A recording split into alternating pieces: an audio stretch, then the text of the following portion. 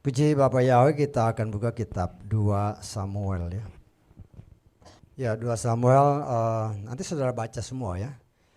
2 Samuel pasal 9, 10 ya. Di dalam kitab 2 Samuel ini kita melihat dari judulnya sikap Daud atau David ya terhadap Mephiboset. Mephiboset itu anaknya Yonatan ya. Kalau saya katakan Daud ataupun Daud, ya, secara bahasa karena sesama manusia nggak jadi masalah, saya tanggap ya. Tetapi kalau dengan nama Tuhan kita nggak bisa main-main, karena Tuhan itu setia kepada firman-Nya. Saya ditanggap ya. Kita nggak bisa ganti nama Yeshua dengan nama yang lain, nggak bisa.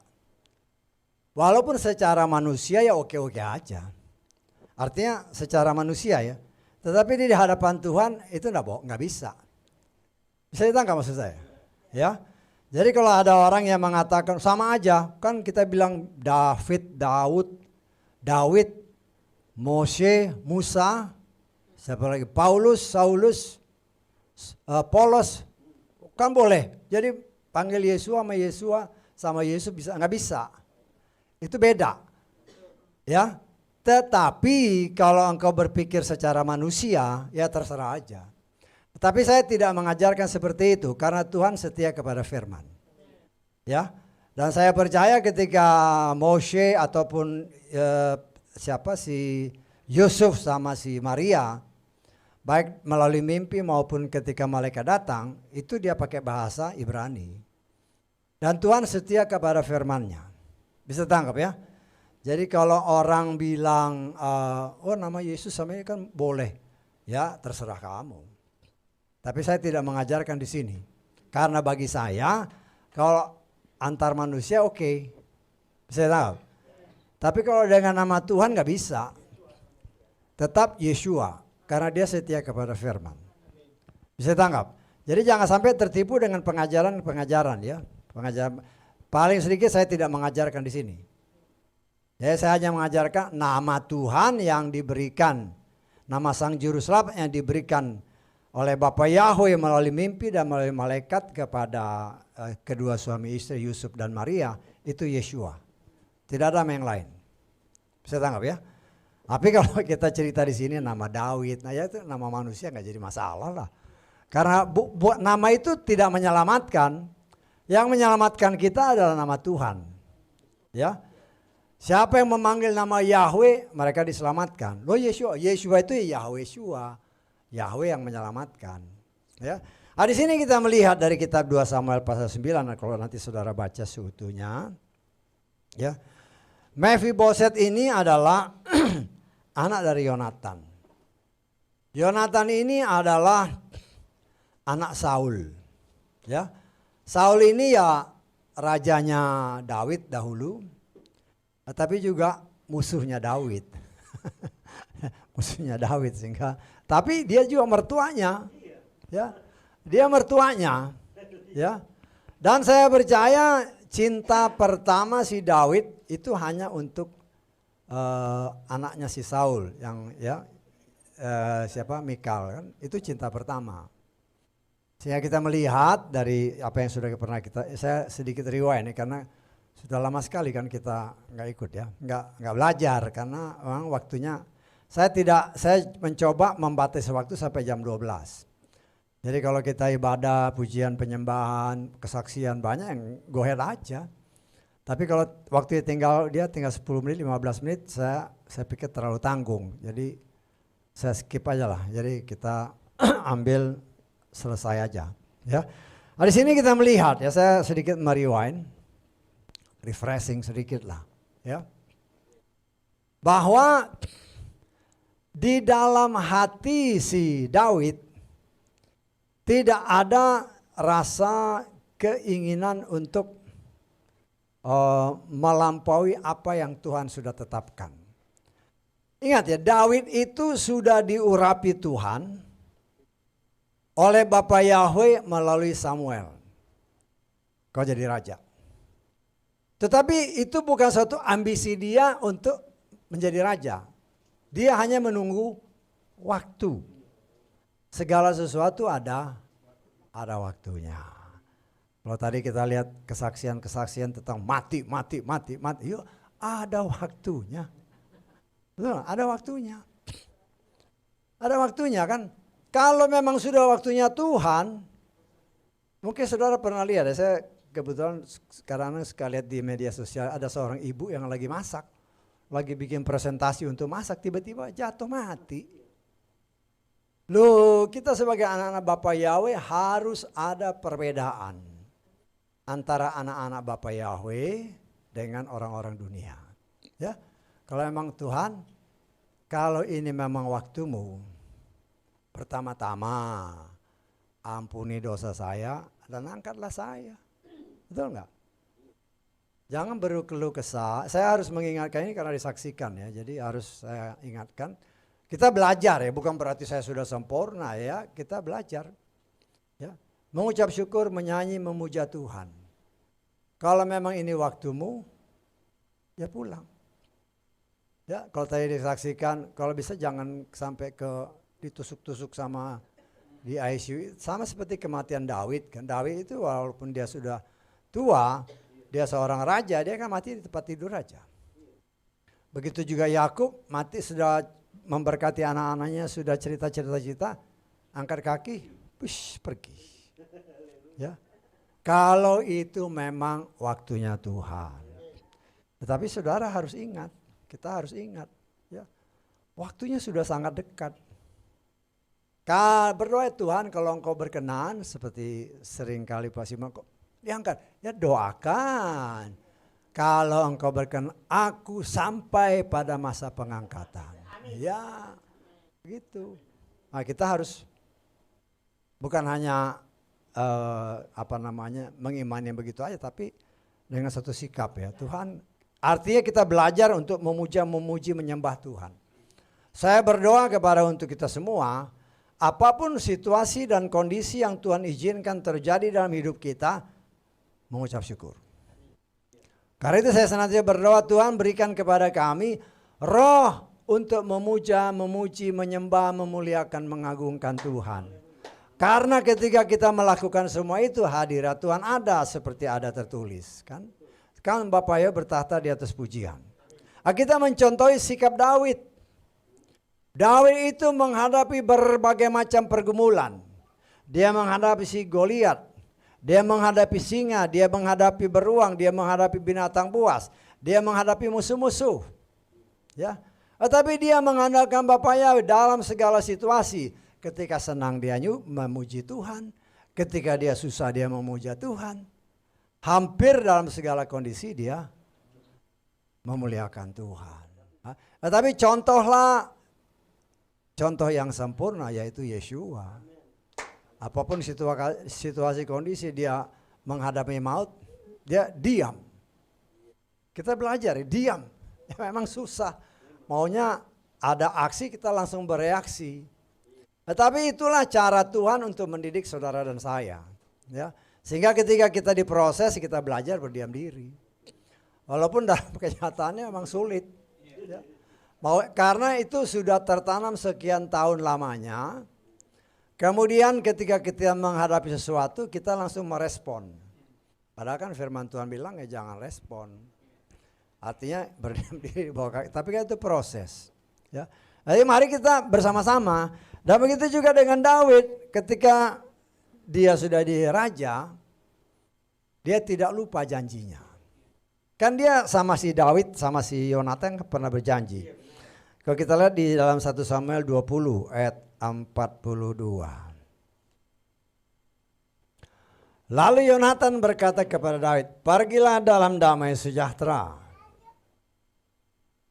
Karena kita telah bersumpah, kita berdua di dalam nama Yahweh dengan berkata, Yahweh akan ada di antara engkau dan aku, dan di antara keturunanku dan keturunanmu sampai selamanya. Ya. Dan Daud bangkit lalu pergi dan Yonatan pun pulang ke kota. Ini satu janji. Ya. Janji Ya mungkin kita pernah berjanji. Ya. Tapi ingat, kita mungkin bisa lupa janji kita. Tetapi Tuhan tidak pernah melupakan janjinya. Apa yang kita janjikan. Paling kita janji sama orang, kita lupa kan. Tapi Tuhan gak lupa bahwa engkau sudah pernah berjanji. Ada saya punya seorang teman ya. Dia cerita secara pribadi. Dia punya orang tua. Yang cerita ini teman saya yang di atas dia ada kakak-kakaknya. Dia cerita itu kakak-kakaknya mati semua.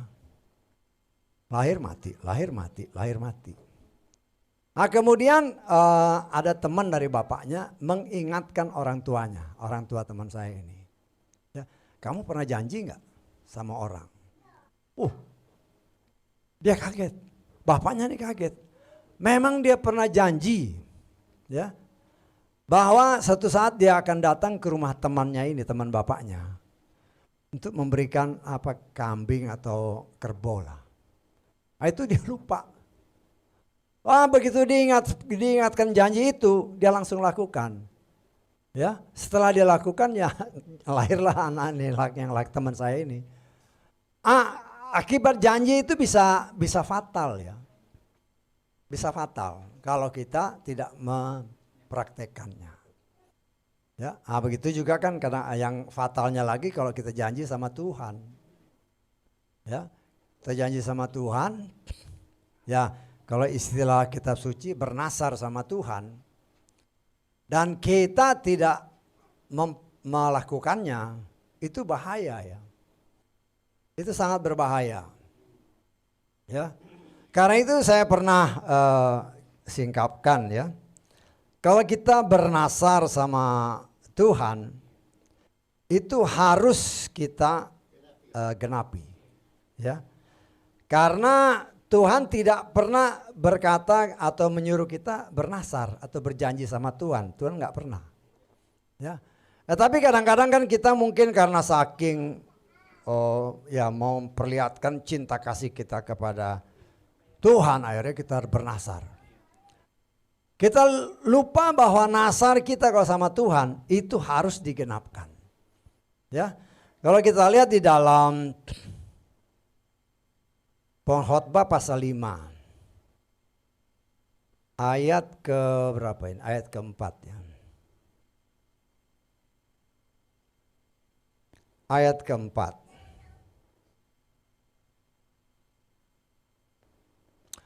Apabila engkau bernasar kepada Elohim, janganlah menunda untuk menepatinya.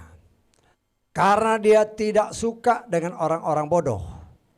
Penuhilah apa yang telah engkau nasarkan itu. Ayat 5. Lebih baik jika engkau tidak bernasar daripada bernasar dan tidak menepatinya. Ya, ini firman Tuhan. Ini Torah, dikutip dari Torah. Ya, kalau nanti saudara baca di rumah dalam kitab Bilangan pasal 20, karena saya katakan Torah itu 5 kitab ya, dari kitab Kejadian, Keluaran, Imamat, Bilangan sama Ulangan. Ya, 5 kitab ini. Nanti saudara baca dalam kitab Bilangan pasal 30, saudara baca semua. Ya. Di sana dijelaskan secara singkat, saya highlight aja. Kalau seorang laki-laki bernasar, dia harus menepatinya. Tetapi kalau seorang perempuan, apabila dia bersuami, ya, seorang perempuan bersuami, kemudian perempuan atau si perempuan ini bernasar, si suami mendengar dan suaminya membatalkan, itu enggak berlaku. Bisa ditangkap. Tetapi kalau si perempuan ini bernasar, suaminya dengar, suaminya diam aja, itu berlaku. Bisa ditangkap. Nanti saudara baca dalam kitab Bilangan 30, itu semua ada di sana. Nah, demikian juga seorang anak gadis apabila dia bernasar sama Tuhan, ya, kalau orang tuanya dengar, dia batalkan, itu batal. Tetapi kalau orang tuanya dengar, dia biarin, ya jadi.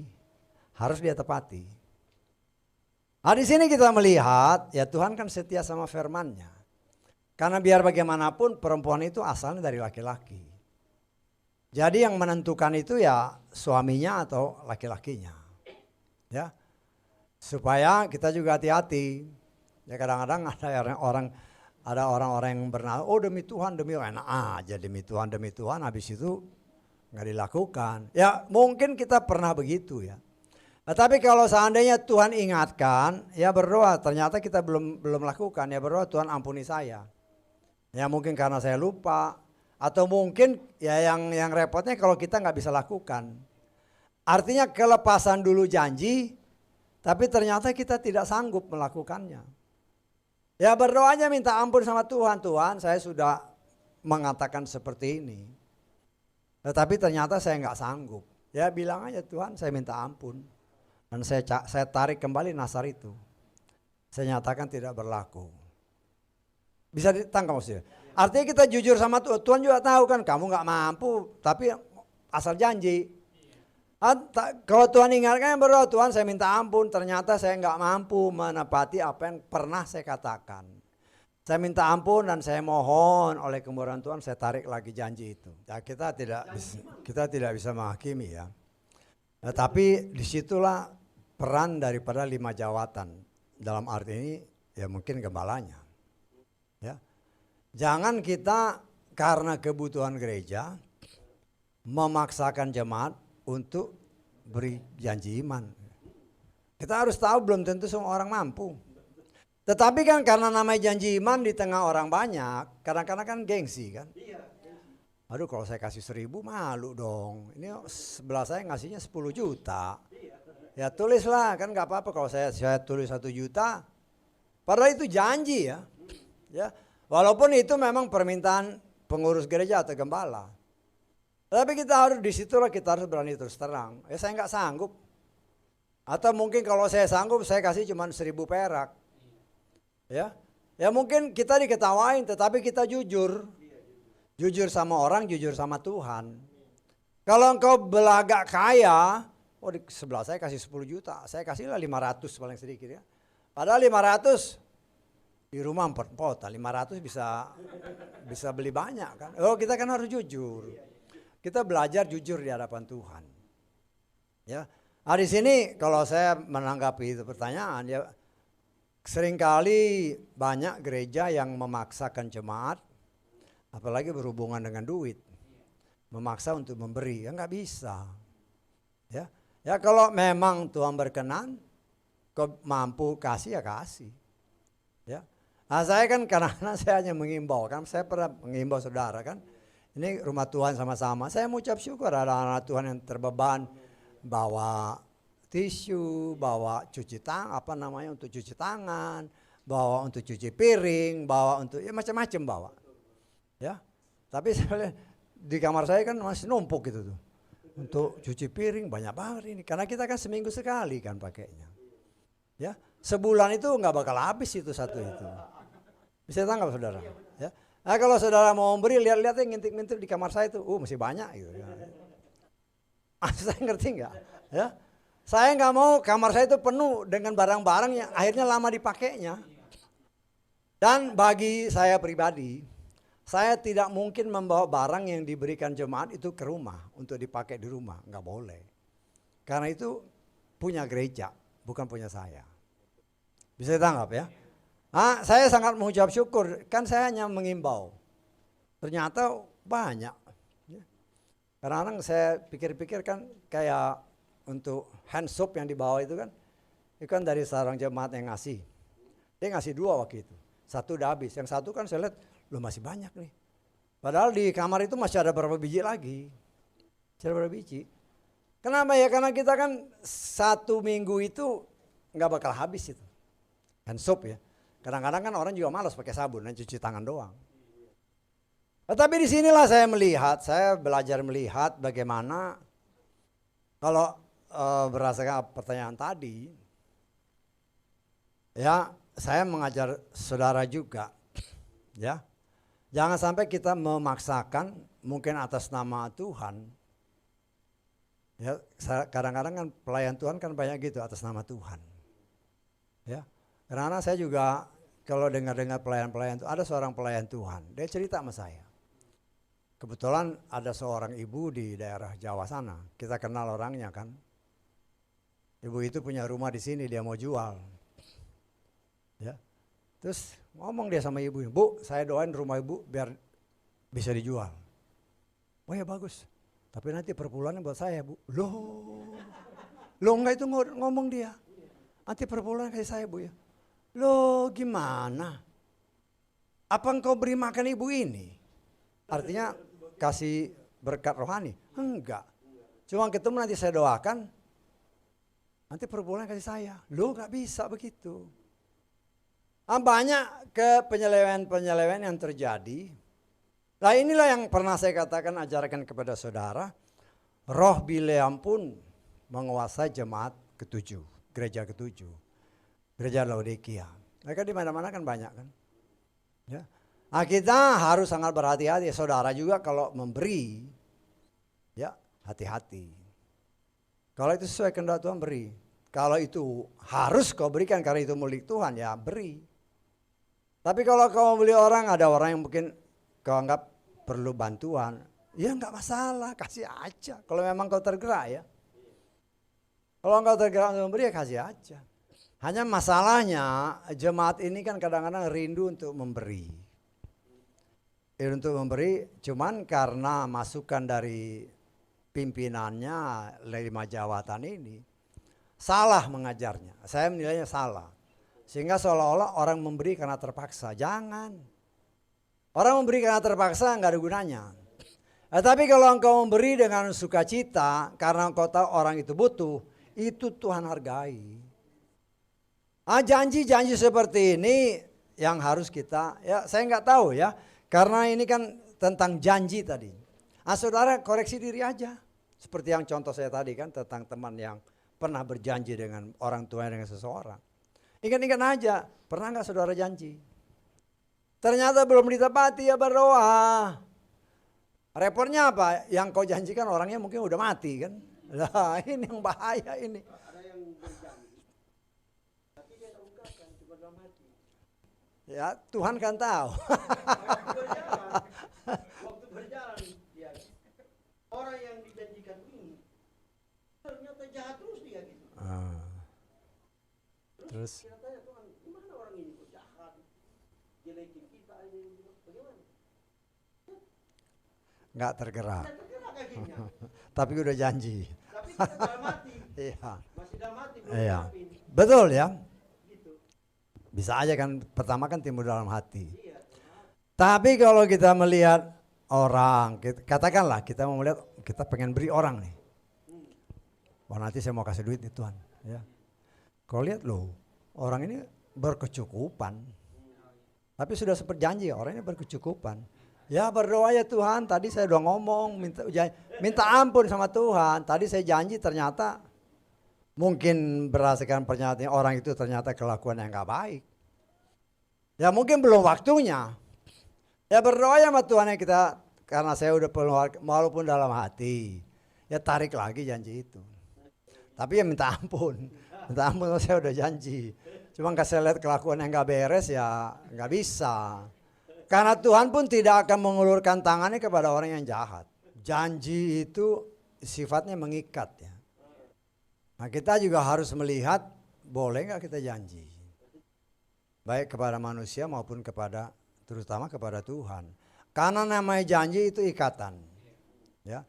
Jangan sampai ikatan itu justru jadi penghalang berkat. Seperti yang teman, itu kenyataan ya, teman saya cerita sendiri. Bapaknya janji sama temannya. Tapi ya keberjalannya waktu dia lupa. Akhirnya kakak-kakaknya semua di atasnya mati semua. Kemudian ada teman yang mengingatkan, kamu pernah janji kan. Begitu diingatkan, oh bapaknya ya nyesel lah. Akhirnya ditepati janjinya. Setelah ditepati janji, berkatnya lah turun. Sampai anak teman saya ini hidup semua. Di bawah-bawahnya hidup. Nah itulah ikatan ya. Nah kita belajar seperti yang tadi dikatakan pengkhotbah. Lebih baik tidak bernasar daripada bernasar tapi tidak bisa menepati. Dan kita melihat Daud ini walaupun dia sudah jadi raja, ya, pasti ketika dia udah tenang kan, ketika sudah aman semua kan dia ingat lagi kan akan Yonatan. Nah, dia tanyalah sama sama pegawai-pegawainya kan. Dia nggak tanya sama Mikal ya, istrinya, dia tanya sama orang lain. Ada nggak keturunan si Saul?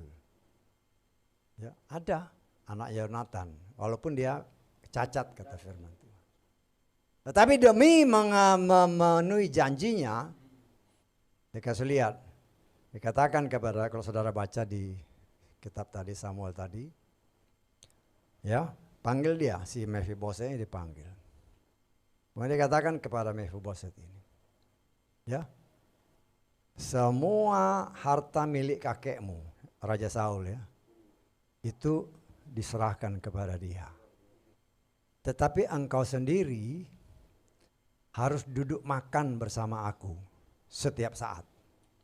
Saya tangkap? Harus makan bersama raja. Nah itu suatu, karena memang dia juga sangat mengasihi Yonatan. Yonatan sangat membela dia. Ya, sampai Yonatan pun mau dibunuh sama bapaknya, si Saul ya, sebenarnya itu juga bapak mantunya. Tetapi kita melihat di sini ikatan kasih yang luar biasa. Ya.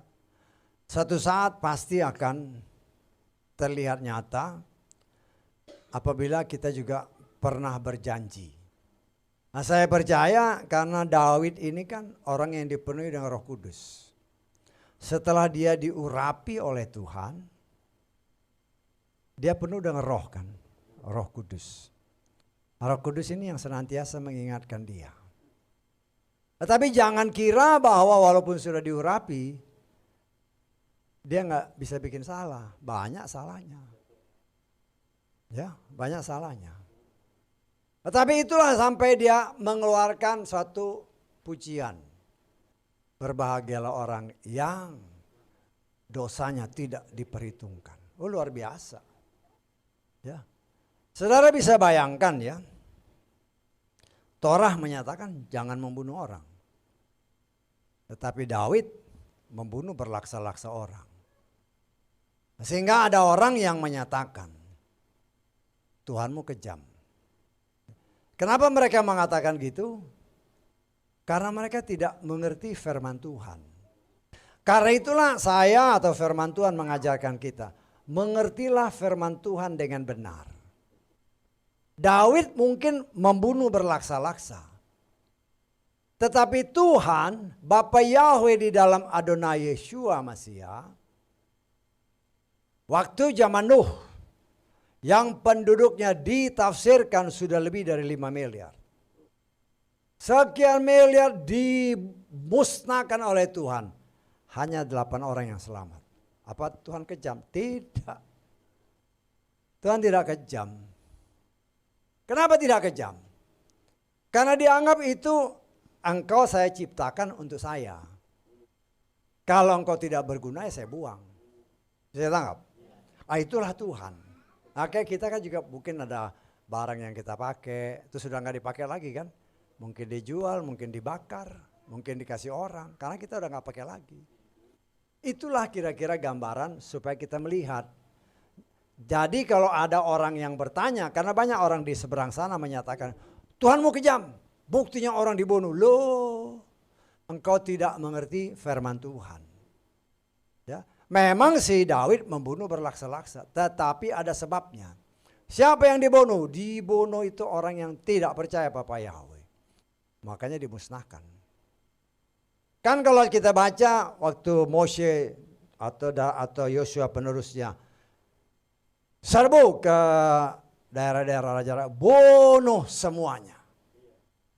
Karena dianggap Tuhan ini tidak ada gunanya. Mereka itu hanya dilahirkan untuk dibinasakan.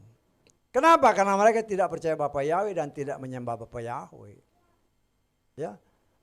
Saya percaya juga seperti apa yang kalau kita perhatikan tadi firman Tuhan. Tuhan kan datang kepada milik kepunyaannya. Tapi orang kepunyaannya nggak kenal dia. Ya. Yesua sendiri berkata dengan jelas, aku datang untuk menyelamatkan domba-domba hilang dari bangsa Israel. Ya. Domba-domba ini kan ada gembala-gembalanya. Ahli-ahli kitab, ahli-ahli Torah. Ahli Torah bisa menyatakan dengan jelas kepada orang-orang bijaksana yang kita kenal, orang-orang Majus. Ya. Di Bethlehem, di tanah Yudea, ada tertulis. Artinya mereka tahu firman, tapi mereka tidak mau datang menyembah Tuhan. Nah kita juga, banyak orang Nasrani, oh iya, kenal Bapak Yahweh. Tetapi kita harus ada toleransi. Ya, kok toleransi? Tuhan itu kalau percaya sama dia jangan ada toleransi. Nggak ada. Termasuk yang kalau ada orang-orang mengatakan seperti yang tadi saya katakan dalam awal. Polos sama siapa? Saulus sama kan? Moshe, Musa sama kan? Itu bertoleransi. Untuk manusia oke. Tetapi untuk nama Tuhan, no, it's not okay. Nggak oke itu. Karena Tuhan setia kepada firman-Nya. Jadi jangan sampai kita tertipu dengan pengajaran-pengajaran seperti itu. Karena banyak kan orang-orang yang sudah mengenal nama Yeshua juga ngomong begitu. Dalam nama Yeshua yang saudara kenal sebagai, loh kok itu? Nggak ada itu. Tuhan mau ya itu namanya yaitu titik, tidak ada koma. Oh ini maksudnya penjelasan, justru engkau harus memperlihatkan bahwa Tuhanmu itu namanya cuma satu. Hanya dalam nama Yahweh engkau selamat. Yeshua itu Yahweh yang menyelamatkan. Dalam hal nama Yahweh kita tidak bisa bertoleransi. Karena hanya nama itu berdasarkan firman Tuhan yang dapat menyelamatkan kita. Ya, kita kan sudah berkali-kali janji sama Tuhan. Ingat ya, mungkin saudara nggak sadar atau kita nggak sadar kita janji sama Tuhan. Aku mengasihi engkau Bapak. Pernah gitu nggak? Aku mengasihi engkau Bapak Yahweh. Benar nggak? Baru ngomong mengasihi Bapak Yahweh nanti di luar sana bohong. Nah itu kan begitu cepatnya manusia berubah. Di dalam gereja, oh aku mengasihi Tuhan, oh hebat. Di luar sana, karena bagi Tuhan, kalau kita mengasihi Bapa Yahweh, kita harus melakukan firman-Nya. Nggak boleh menyeleweng. Itulah yang dikatakan oleh firman, yang saya pernah berikan perumpamaan. Tetap, walaupun namanya ikan laut, ya. Hidup di laut, kalau engkau angkat dia dari laut, dia tetap tawar. Dia tidak asin. Nah itulah gambaran yang mungkin agak bisa membuat kita lebih jelas. Dunia ini dengan jelas dikatakan firman Tuhan tidak akan menjadi semakin lebih baik. Dunia ini kan dikatakan semakin jahat, semakin sukar. Artinya memang semakin gak benar. Ya. Kenapa? Supaya sebanyak mungkin orang tertarik sama kuasa kegelapan sehingga menjauhi apa yang benar. Sehingga mulai membanding-bandingkan, oh kan nggak apa-apa sedikit. Ya. kan orang setan kan ngomong begitu, oh nggak apa-apa lah sedikit-sedikit, bohong sedikit-sedikit nggak apa-apa. Loh, bagi Tuhan bohong sedikit sama bohong besar ya sama aja. Judulnya bohong. Bisa ditangkap maksudnya? Karena Tuhan berbicara, jangan berbohong. Kan itu alasan. Ya, tidak ya tidak, hanya itu. Nggak ada ya tidak, nggak ada. Nah, kita dalam proses penyempurnaan. Ya walaupun kita dalam kenyataan hidup kadang-kadang dihadapi ya seperti si malakama kan. Kalau saya bilang begini nanti repot. Saya nggak bilang begini repot. Ya berdoa ya sama Tuhan, mendingannya diem aja. Daripada mengeluarkan pernyataan akhirnya bohong. Tapi diam pun kadang susah. Ya berdoa minta hikmat Tuhan. Tuhan kan punya cara. untuk buka jalan. Nah, mungkin saudara ingat kesaksian si anak Tuhan Yesaya kan, pengen masuk sekolah nih, tapi udah rindu mau masuk, tapi kan ada pemeriksaan. Ya, Tuhan punya cara. Kan nggak pernah terpikirkan apa yang tidak pernah dipikirkan, tidak pernah timbul dalam hati, goyanglah bumi, blak, masuk dia. Loh itu kan cara Tuhan. Ya. Tuhan tahu, ada tertulis ya. Bapa Yahweh, kita lihat di dalam 2 Petrus atau Yohanes. 2 Petrus pasal kedua.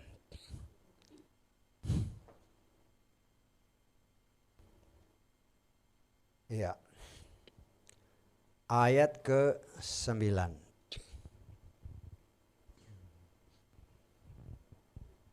Perhatikan ayat ini baik-baik ya. Karena ayat ini akan membuat kita teguh. Yahweh sudah mengetahui. Udah tahu Yahweh. Bapamu dan Bapakku yang bernama Yahweh di dalam Adonai Yeshua Mashiach sudah mengetahui bagaimana melepaskan orang-orang saleh dari pencobaan dan menyiapkan orang-orang yang tidak benar pada hari penghakiman untuk dihukum. Kalau saudara perhatikan baik-baik. Kan pengajaran macam-macam nih. Ada tertulis, umatku dibinasakan karena kurang pengetahuan. Ya, akhirnya apa? Oh, yang dipelajari pengetahuan macam-macam. Oh, tekniknya harus begini, harus begini, harus begini. Oh, nanti tanda-tandanya begini-begini. Oh, pengetahuan yang macam-macam. Karena menganggap pengetahuan itu hanya yang berteknologi, itu pengetahuan. Tetapi saya sebagai pelayan Tuhan diingat, pengetahuan yang Tuhan maksud adalah firman Tuhan. Supaya jangan kita ketipu. Karena banyak orang karena mendengar terlalu banyak omongan sana sini. Akhirnya justru bukan tambah kuat, justru tambah bimbang. Oh, itu saya begini, hal begini. Loh, Bapak Yahweh sudah tahu bagaimana menyelamatkan kita. Jangan begitu gampang digoyahkan dengan pengajaran yang macam-macam. Ngerti maksud saya? Akhirnya karena ayat Hosea itu, oh berarti kita harus belajar ini. Harus belajar ini, harus belajar. Loh, apakah engkau mengetahui pengetahuan sebanyak itu? Engkau selamat? Tidak. Yang harus kita tahu adalah pengetahuan yang benar akan firman. Supaya jangan kita tersesat. Kan banyak kan?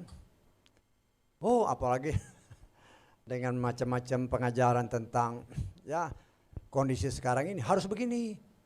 Oh, nanti bawa air zaman begini-begini. Loh, memang air zaman itu pengetahuan semakin bertambah. Ya, semakin banyak disingkat. Tapi jangan pengetahuan dunia ini membuat kita jadi ketakutan. Tetapi punya pengetahuan yang benar tentang firman Tuhan. Itu yang menjadi pokok. Sehingga kita tidak mudah terombang-ambing. Tidak. Karena banyak orang kan, oh karena firman Tuhan. Memang dikutip dari firman. Hosea pasal 4 ayat 6, umatku bisa dibinasakan karena kurang pengetahuan. Jadi pengetahuan ini mereka terjemahkan, oh harus tahu ini, harus tahu ini, harus tahu. Buat apa? Memang bagus buat tahu, tetapi jangan pengetahuan itu membuat justru imanmu goyang. Karena pengetahuan yang dimaksud dalam kitab Hosea, saya percaya pengetahuan tentang firman. Sehingga engkau tidak gampang digoyah. Ya, ada pengajaran sedikit. Ya, saya percaya seperti apa yang pernah diberitakan. Kalau firman itu tertanam dalam hati, firman itu jadi mata air. Sehingga kalau ada pengajaran yang sesat, dia tidak bisa masuk dalam hati kita karena mata air yang kuat mendorong keluar apa yang setan berusaha masukkan. Yang setan masukkan itu bukan dari setan langsung, tetapi via pelayan-pelayan Tuhan yang luar biasa. Ya, boleh dikatakan dalam tanda kutip nabi-nabi, Oh, pelayan-pelayan, mungkin pendeta-pendeta yang bergelar-gelar macam-macam. Sehingga karena gelarnya berderet-deret gitu, dia kasih, ada tertulis kan, jangan sampai tertipu dengan filsafat manusia. Diajarin sedikit, oh iya benar ya, oh benar. Loh, kok jadi ketakutan? Saya megang ayat ini, kalau kita sungguh-sungguh mengenal Bapa Yahweh dengan benar, ada tertulis, Bapa Yahweh sudah tahu bagaimana menyelamatkan saleh-salehnya. Hanya yang menjadi masalah, saleh. Saleh artinya orang yang hidup dalam kebenaran. Apakah kita benar-benar hidup dalam firman? Nah, itulah yang kita koreksi terus. Ya, saya aja terus berdoa, Tuhan, ibadah kami ini udah benar belum sih? Saya mengajak saudara berdoa ya. Tanya Tuhan, Bapak Yahweh, apa yang kami lakukan ini sudah benar apa belum? Kita memuji Tuhan, puji Tuhan, memang itu kehendak Tuhan. Tapi yang lain-lain kan, ya kita kan juga bertumbuh. Nah, saya melihat oleh hikmat yang Tuhan berikan khususnya bagi saya yang harus diajarkan, itu memang terjadi. Tidak semua gereja melakukan basuh kaki. Tidak semua. Dan tidak semua gereja berdoa Bapa kami seperti doa yang diajarkan di sini. Karena semuanya ada alasannya, ada firman yang menguatkan. Saya berusaha mengajarkan apa yang tertulis. Dan apa yang tertulis itu karena yang tertulis dalam kitab suci kita ini bahasa Indonesia dan bahasa itu bisa diterjemahkan salah. Karena itu kita coba mengambil dari berbagai macam penerjemah. Kita ambil dari penerjemah yang hasil terjemahannya tidak bertentangan satu dengan yang lain. Hari itu saya pernah kasih lihatkan tentang doa Bapa kami. Nah, saya mengucap syukur, ya. Itulah buah ketika saya bekerja di luar sana. Saya bertemu dengan teman, di mana bapak mertuanya itu tukang jual buku Kristen ya, buku Christian books lah dia beli, dia jual. Nah, saya hanya pesan dari dia aja. Saya pernah pesan dulu, ada kakak yang di Amerika sana kan, pesan. The scripture, Holy Bible itu. Ternyata dia pesan di sana, dia pesan lagi ke Israel. Jadi mereka pesan ke Israel sana. Jadi nunggu. Jadi kalau kita pesan ke Amerika sana, dia pesan lagi ke Israel. Nah, kalau kita punya teman dekat yang langsung kan enak. Nah, saya mau ucap itulah salah satu cara Tuhan. Kenapa saya ditaruh di sana, kemudian saya bisa dapat at least ada berapa? 5 atau 6 kitab yang saya beli melalui dia. Karena buku-buku itu kitab-kitab suci itu nggak masuk di sini. Yang paling banyak di sini kan di toko-toko buku Kristen itu kan paling King James sama NIV. Tapi yang lain-lain nggak ada. Nah, tapi dari buku-buku itu cara Tuhan, saya punya keberanian untuk bahwa doa yang kita harus lakukan harus seperti ini. Karena itu tidak bertentangan dengan kitab Yakobus. Ya. Nah, tapi kan kalau saudara bicara dengan orang lain, karena saya sering kali baca ya, kalau saudara baca di media-media tentang banyak kan gereja-gereja, macam-macam gereja kan di Amerika. Salah satu gereja yang The Church of God ya. Ketika mereka memberikan pembahasan tentang doa Bapa kami, nah mereka juga terpentok dengan terjemahan itu. Karena dikatakan lead us not into temptation. Ini bertentangan dengan kitab Yakobus. Nah, mereka dalam ulasannya, ya kita sedang mencari hikmat. Bagaimana sebenarnya terjemahan yang tepat. Itu dari Amerika sana. Nah, kita mau ucap syukur ya orang-orang yang dipakai untuk menulis penerjemahannya juga orang-orang sana. Tapi ya macam-macam kan cara menerjemahkan beda-beda. Ada orang yang sungguh-sungguh mencari dari akarnya. Kenapa kok sampai terjemahan seperti ini? Akhirnya karena dia mencari akarnya, karena cara bahasa, secara tata bahasa, biasanya orang Ibrani menerjemahkan seperti ini. Nah, itulah yang dia pakai, di mana orang lain justru bertentangan. Nah, disinilah kita melihat bagaimana cara Tuhan membimbing kita supaya kita jangan salah doa. Kenapa saya bilang jangan salah doa? Loh, banyak orang berkata kan, jangan bawa kami ke dalam pencobaan, itu bertentangan dengan ayat yang lain, gak bisa. Karena jelas tertulis Tuhan tidak mencobai. Tetapi setiap saat orang-orang yang menamakan diri orang Nasrani, jangan bawa kami ke dalam pencobaan. Loh, Tuhan gak pernah mencobai. Tapi kok kau doain seperti itu? Ya cari yang benar. Kalau kita mencari kebenaran, Tuhan pasti buka jalan. Saya at least punya 2 kitab suci yang menerjemahkan berbeda dari penerjemah lain. Dan firman Tuhan katakan kan, 2 saksi is enough. 2 saksi itu udah cukup. Udah cukup. Ya, saya pakai itu. Karena itu saya berani memperkenalkan dan dipakai di tengah jemaat ini dengan alasan-alasan yang jelas. Ya, saya bukan orang yang ahli bahasa Ibrani. Ya, kalau sepatah 2 patah saya tahu lah. Tapi tidak mengerti dengan kalau sudah merupakan kalimat begini, arti sebenarnya bagaimana, nggak tahu.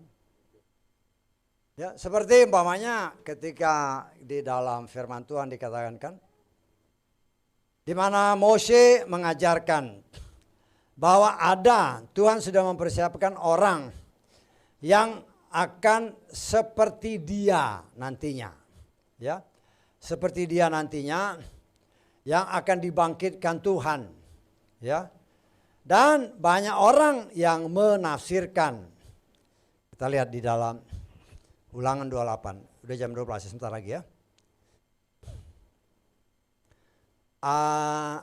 Ulangan 18 ayat 15. Ulangan 18 ayat 15.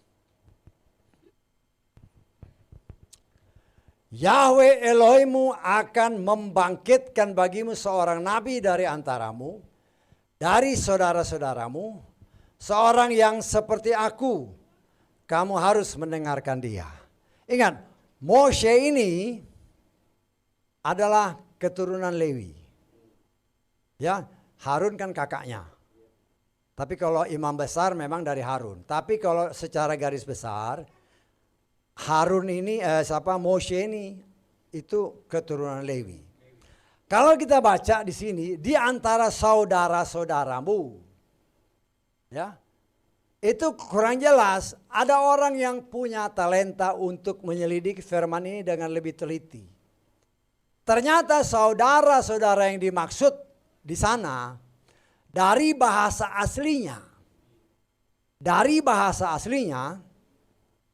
yang dimaksudkan di sana adalah saudara sekandung. Satu bapak, satu ibu. Bisa ditangkap? Satu bapak, satu ibu. Dan kita melihat di sini bahwa ya, Harun itu orang Lewi. Yesua yang sang juru selamat adalah keturunan dari Yehuda. Ya, kita lihat di sini. Ya. Di dalam Kejadian 29.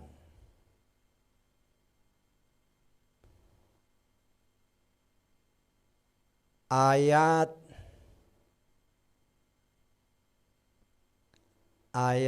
nanti saudara baca dari ayat 31, cuma kita lengkap di sini ayat 34. Kejadian 29 ayat 34 dan 35. Nanti saudara baca semua ya.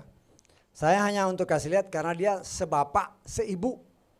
Ya, yang dimaksud dari saudara-saudara tadi dalam kitab Ulangan itu sebapak, seibu. Nah, kita lihat sekarang Harun Moshe itu orang Lewi, dari anaknya Lewi, dari anaknya si Lea. Antara Yakub dengan Lea, ya, lahirlah anak-anak ini. Nah, yang kita lihat di sini. Dan dia mengandung lagi lalu melahirkan seorang anak laki-laki. Dan dia berkata, sekarang adalah waktunya suamiku akan menyatu denganku karena aku telah melahirkan baginya 3 anak laki-laki. Itulah sebabnya dia menyebut namanya Lewi. Ini anaknya Lea. Ya, terus kita lihat lagi. Dan dia mengandung lagi lalu melahirkan seorang anak laki-laki, dan kali ini dia berkata, aku memuji Yahweh, itulah sebabnya dia menyebut namanya Yehuda. Jadi Lewi dan Yehuda itu satu bapak, satu ibu. Bisa ditangkap? Jadi yang dimaksudkan saudara-saudara dalam kitab Ulangan itu bukan saudara-saudara biasa. Ya, karena Yakub ini kan punya 12 anak, 13 sama siapa yang perempuan. Tetapi yang dimaksud saudara-saudara sini berdasarkan penyelidikan yang detail itu sebapak seibu. Jadi yang dimaksudkan oleh Moshe dalam kitab Ulangan yaitu Yesua, satu bapak, satu ibu leluhurnya. Saya tangkap. Oke, udah jam 12.